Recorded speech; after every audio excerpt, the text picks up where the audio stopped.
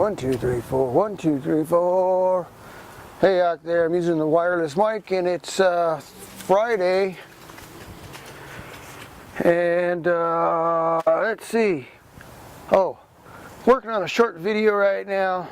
Just some little odd thing I saw out in the desert. You know, there was a little fire ring out there.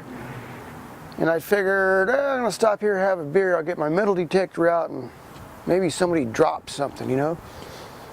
So I was doing that, I noticed like a little square outline on the ground there. Looks like it might have been a tent, right?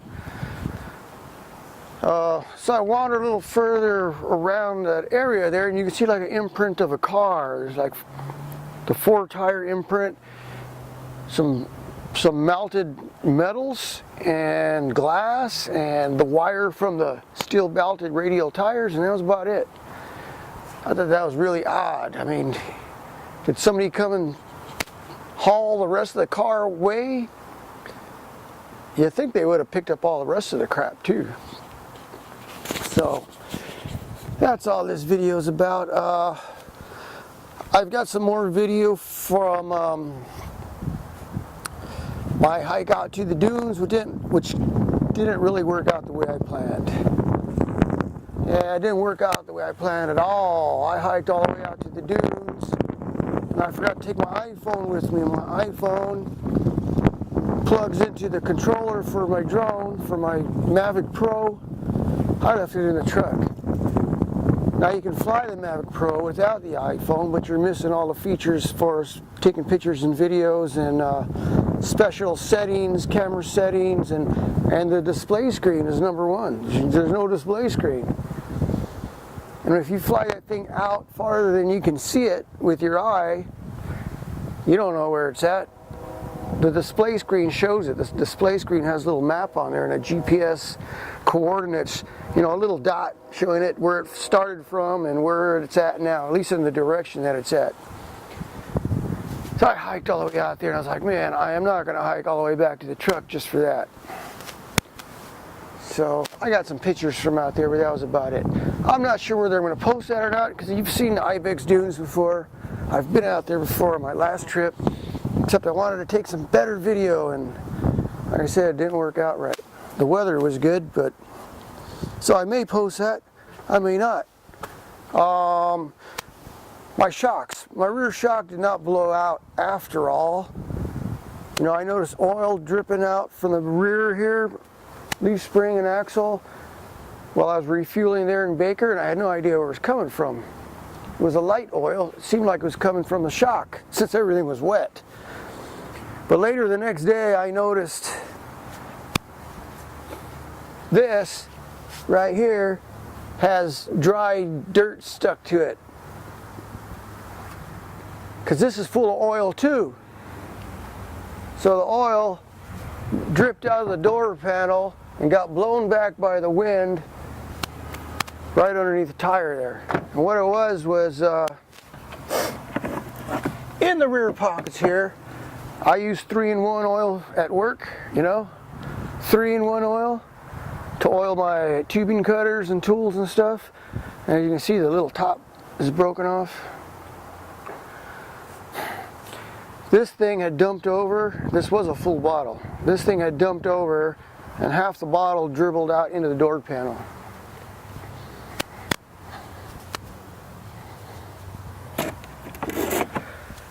That's what that's from. So no need to pull the shock off to find out if it's leaking or not, because it's not. It's not leaking. On this trip I bought a little generator to charge my batteries. It was like the most inexpensive and quickest thing I could think of doing other than buying a deep cycle battery. I mean, it was $88 for a generator there at Harbor Freight, a little tiny one, 2-stroke motor. Compared to buying a deep cycle battery, which be the way to go, deep cycle, and then, you know, there's a way to mount the dual batteries in here, but you got to get the wiring and battery isolator and all that kind of stuff. And it's just, I didn't have the time and I didn't want to spend the money on it, because I really don't need it. It's good to have, I mean, I've done all these trips in the last, what, 5-6 years. You know, I find a way to get by. I mean, there's times where I need to charge something and I don't got a charger, and it's like, damn, I need to charge the batteries and the cameras, and I don't want to charge it through the truck like I normally do unless it's running. So now I got a generator, so at night I can start the generator and leave it running for a couple hours to charge batteries. But I didn't need it this time either. Good to have. Now I was thinking of doing a hike at night, because it's nice and warm out in the desert right now. It was like in the 90s during the day, probably in the 80s in the evening, and that'd be perfect to take a hike out to the dunes. Problem with that is getting back to your truck in time before it gets dark. You don't want to get lost out there. Although I do have a GPS tracker, but even I've known people that are well prepared and got some kind of GPS on their phone, and for some reason they went hiking and didn't get back, you know, in the daylight, so they figured, well, no problem, I got my phone, right? And for some reason it wasn't working properly, and they could not find their vehicle in the dark. Couldn't tell where they were at. Lost their tracks, you know, following their tracks back. So a good idea is to get a signal beacon, something like this. This is a little cheapy one. I think I got this at O'Reilly's. This is like 11 bucks. I mean, you can find these all over the place. You know, take off from your vehicle, just leave it on the top there. It's got a magnet, it's got a little hook. In case you don't get back in time, you're looking for your vehicle, where's it at? At least you got a little beacon light to follow back to your vehicle. I used to have a bunch of little ones like that, little square ones, that had about 3 or 4 different settings on them, and I had them in red and yellow and green. And I used to take them out to Ocotillo Wells. At night we'd go ride on the bikes and stuff. Let's go for a night ride, yeah. And on the way back, like, man, where do we park? I think it's over there, I think it's over there. And I got my little yellow flasher and my antenna on the Bronco flashing. Like, I see it right there. Used to get those at the 99-cent store. I can't find them no more. I looked all over. This is the best thing I could find. There's probably something better out there. But this was a last minute deal. 11 bucks, in and out the door. It's got 3 different settings or so. I didn't use it, but they're good to have, like I said. Glow sticks would even work I think. But you need something that's going to last all night. Anyway, it's like another 90-degree day out here in Southern California. I haven't done anything other than edit some videos. I've been dying to get out in this great weather. I was like, man, I could be up at the hot springs right now, down at the creek.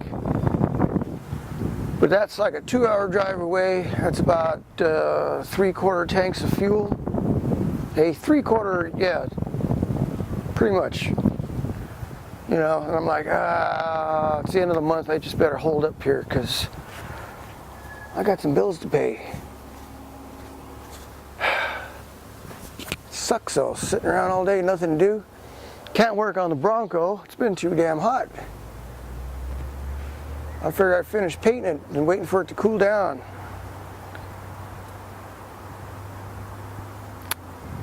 Even that's going to take some money. I need some more paint. Alright, so that's about it. So stay tuned. I'm going to post this, and I may post maybe something from my little hike at the dunes. Nothing too impressive though.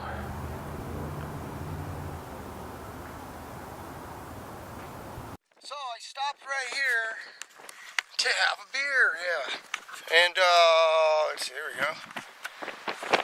I want to show you that burned out car that's out here.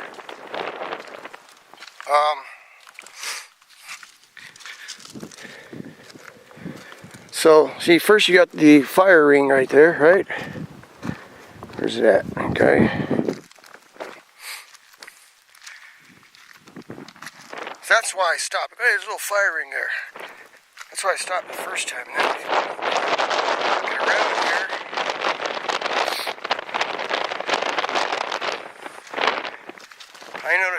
looks like a tent was there.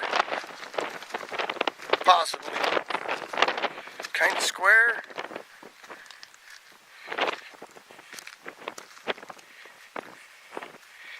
And this would have been the front door here where they were walking in and out. And then right there,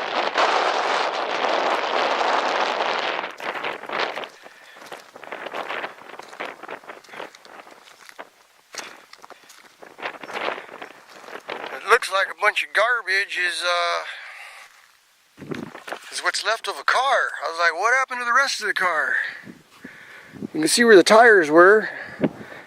You can see the steel belts from the steel from the tires there. And that's all that's left.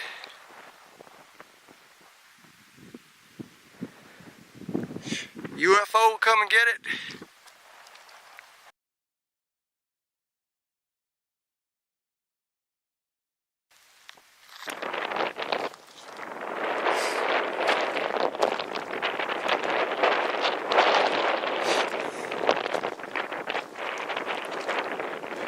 Gotta watch where I step.